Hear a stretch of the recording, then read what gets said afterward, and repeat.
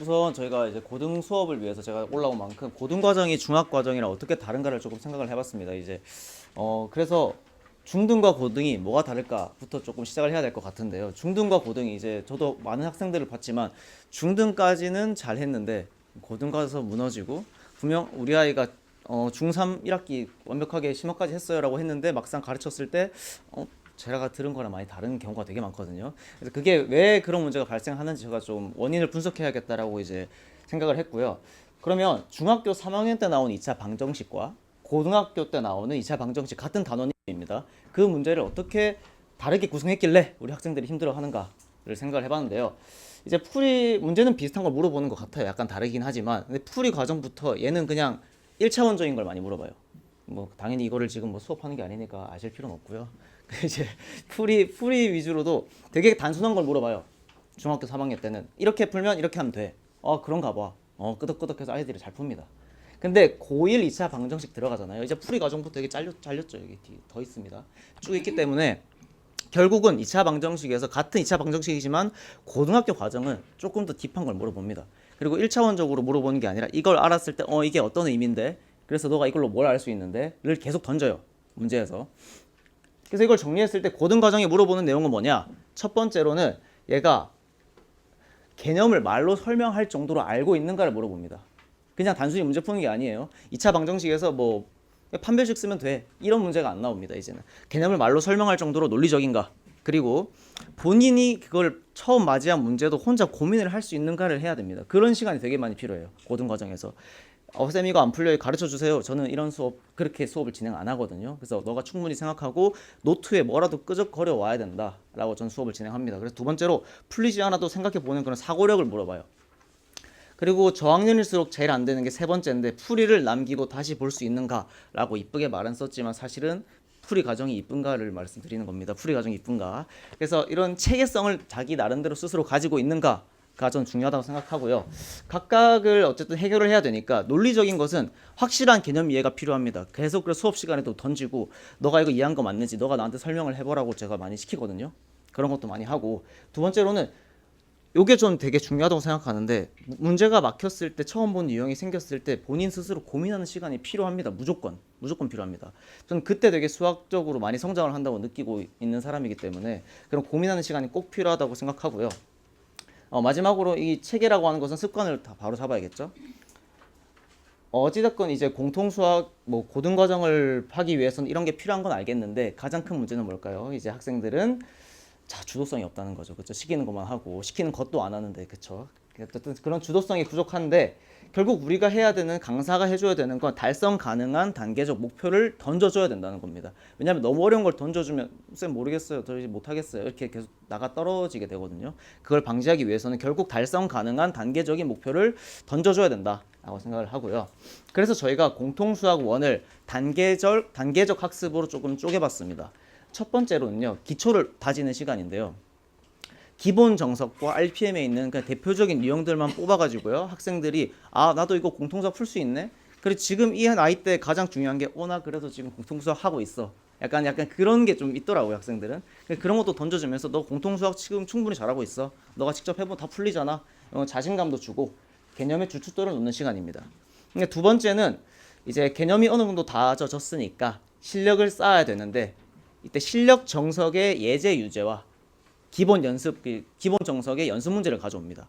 그래서 약간의 심화된 문제를 다루면서 이게 이렇게 쓰이는구나. 이게 조금 더 어렵네. 약간 벽도 느껴보고 학생들이 조금 더 어려운 문제를 풀게 됩니다. 그래서 마지막으로는 아예 심화 문제로 세팅을 했고요. 실력 정석에 있는 연습 문제와 심화 문제서에 있는 문제들을 가져와서 학생들을 트레이닝하게 됩니다.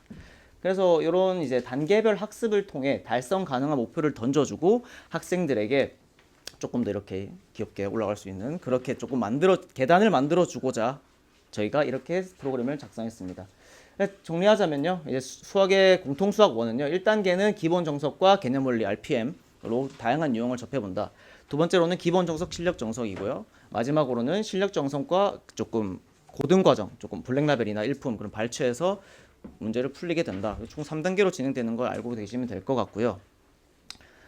이건 좀 빠르게 넘어갈 건데요. 공통수학 수학이 3단계까지 아까 있다고 말씀드렸는데 총 1년짜리입니다. 1년짜리고 아래에 보시면 2, 3단계만 1단계 정도 안 해도 될 것 같아요. 2, 3단계만 해도 될 것 같아요 하면 64회로 저희가 줄여서 진행을 하고 있고요.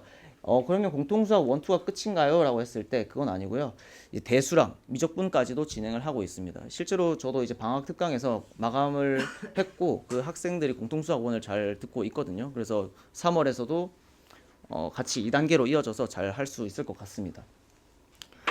근데 이제 마지막 매듭을 조금 지어줘야 되는데 이 학생들이 매우 손이 많이 갑니다. 사실은 이게 이렇게 단계적 학습 알겠어. 스텝 1, 2, 3 알겠어. 근데 애들이 할 수 있어야 될 거 아니에요. 그 결국은. 그래서 속된 말로 아이들을 조금 끼고 살아야 돼요. 계속 그냥 체크해주고 뭐라도 하고 잔소리도 하고 부르기도 하고 남기기도 하고 해야 되는데 어쨌거나 이런 직접 관리를 어떻게 하냐? 저는 우선 보강을 못 할 때가 있을 거잖아요. 그럴 때 저는 월화수목금 중에 일부러 몇 시간을 조금 비워놨어요. 그래서 어머니께 말씀을 드려서 직접 이렇게 대면으로 보강을 진행하는 게 좋다. 그래서 아이들이 강의를 보겠지만 그 저의 링크를 보겠지만 와서라도 질문이라도 하고 서로 얘기를 하고 모르는 내용을 다시 잡아주는 대면 보강을 조금 선호합니다. 그래서 그런 대면 보강도 진행을 하고 있고 두 번째로는 아이들이 성취도가 조금 떨어질 수도 있잖아요. 그래서 그럴 때는 학습실에서 조금 남기거나 제 앞에서 좀 따로 불러가지고 너 이때 너 이 단원 못하잖아 와서 해 재시험 쳐 계속 끊임없이 귀찮게 합니다. 그래서 학생들이 이제 어머니께 이제 말씀을 드려가지고 좀 학생들이 따라올 수 있게끔 최대한 끌고 가려고 노력합니다 저는. 그리고 마지막으로는요 이게 저는 되게 중요한 것 같은데 혹시 여기서 다 좀 죄송스럽게 말씀드리지만 대부분의 학생들이 글씨가 너무 안 좋아요. 그리고 논리 본인 얘가 어떻게 풀었는지 제가 봐도 모르겠어요. 이게 그런 게 없고 그냥 문제를 봤을 때 끄적끄적 이렇게 많이 풀죠. 이렇게 많이 풀지 않나요? 아닌가요? 심지어 이 노트도 안 쓰죠 사실. 그 책에 문제 옆에 이렇게 풀잖아요, 그렇죠? 이렇게 하는데 제가 진짜 잔소리를 많이 했어요. 너 이렇게 하면 안 된다. 심지어 이게 허수가 들어가 있어서 고등과정 하는 애거든요. 그래서 얘가 이제 제가 그래서 사람을 만들어 놨죠. 그래도 이게 제가 하고 싶은 말은 뭐냐면 글씨를 이쁘게 쓰라는 게 아니라고 제가 누누이 얘기하거든요. 나도 악필이다. 글씨 안 좋다. 근데 논리가 있어야 된다. 체계가 잡혀 있어야 된다. 본인 스스로 너가 봐봐. 너가 야 이거 195번 어떻게 풀었어? 가져와봐 했을 때 보여줄 게 없잖아요. 그럼 제가 해줄 말이 없는데 너가 노트를 들이밀면 내가 이제 얘기를 할 수 있다. 그래서 너가 체계성을 잡는 게 중요하다고 강조를 계속했더니 어찌됐건 사람이 된 것 같습니다. 제 개인적으로는. 그래서 아주 만족하는 학생이고요. 뭐 요새 저 수업하는 장면을 이렇게 클립으로 보여드리면 이렇게 계속 끊임없이 돌아다니거든요. 애들 계속 하고 있는 이게 학생들이 10명 넘게 있는 좀 꽤 있는 학생들이 있는데 얘 잘 풀고 있나 계속 가가지고 귀찮게 해야 돼요. 너 잘 풀고 있어? 왜 이거 못 풀어? 야, 이거 다 풀어야 돼. 그리고 일부러 다 풀면 손 들라고 해요. 그래서 쟤 풀었어? 쟤 풀었어. 다 풀고 있는데 나만 못 풀어. 이러면 풀어야 될 거 아니에요 사실. 그래서 그런 분위기도 잘 잡으려고 노력을 하고 있고 실제로 애들이 열심히 합니다 이렇게. 그래서 너무 기특해서 약간 도찰 아닌 도찰을 했는데 그래서 너무 기특하고 공통수학이 되게 어려운데 얘가 여기가 제일 어린 학생이 초4거든요. 초4가 듣고 있는데 걔가 아마 1등 할 때가 자주 많아요. 그래서 1일 테스트를 보면 초4짜리가 1등하고 그런 거 보면 좀 기특하죠. 네, 그리고 이게 저희 블로그 글을 약간 캡처했는데 약간 제목이 폭력적이죠. 예, 이상민 쌤의 고백이라고 했는데 제가 약간 저의 가치관을 조금 녹이고 싶고 제가 어쨌든 어떤 사람인가를 조금 보여주기 위해 좀 글을 썼어요 블로그에. 그래서 그거는 이제 지금 소개드릴 내용은 아니고 그냥 아이들이 왜 풀이 과정을 신경 쓰는가 제가. 그리고 뭔가 수학을 할 때 스트레스를 안 받았으면 좋겠어요. 저는 개인적으로 애들이. 그래서 애들이 괴로운 거 저도 보기 싫거든요 사실. 그게 너무 괴롭잖아요 보는 게. 그래서 그거를 왜 너의 계속 모르는 걸 모른다고 얘기해야 된다. 자신감 있게 얘기해야 된다. 계속 그렇게 강조를 하고 있는데 어쨌건 그게 조금 답답해서 저의 그 고백 아닌 고백을 쓴 글이기 때문에 장안의 화제였던 이 글 많이 봐주시기 바랍니다. 자 이제 끝으로 저 이제 내려갈 건데요. 이제 마지막으로 저를 가장 잘 드러내는 에피소드가 아닌가 해서 들고 왔고요. 이것도 어머니께서 카톡을 한번 주셨어요. 이게 수업 시간에 뭐죠? 학교에서 장래희망 적는 란이 있잖아요. 그거 아시죠? 그래서 하는 게 갑자기 얘가 수학을 잘하는 애도 아닌데 수학을 싫어하는 애였거든요. 근데 장래희망에 수학 선생님이라고 쓴 거예요. 수학 선생님이라고. 그래서 너무 이제 애가 기특해가지고 어머니께서 캡처해서 저에게 보내주셨는데 저도 막 신나가지고 하다가 이제 2탄이 있다.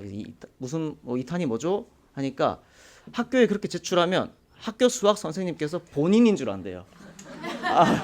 본인인 줄 아니까 그래서 그렇게 쓰면 뭐 헷갈리지 않겠어 하니까 아 해가지고 애가 와가지고 여기 뭐라 썼지? 수학 학원 선생님이라고 썼네요. 네, 수학 학원 선생님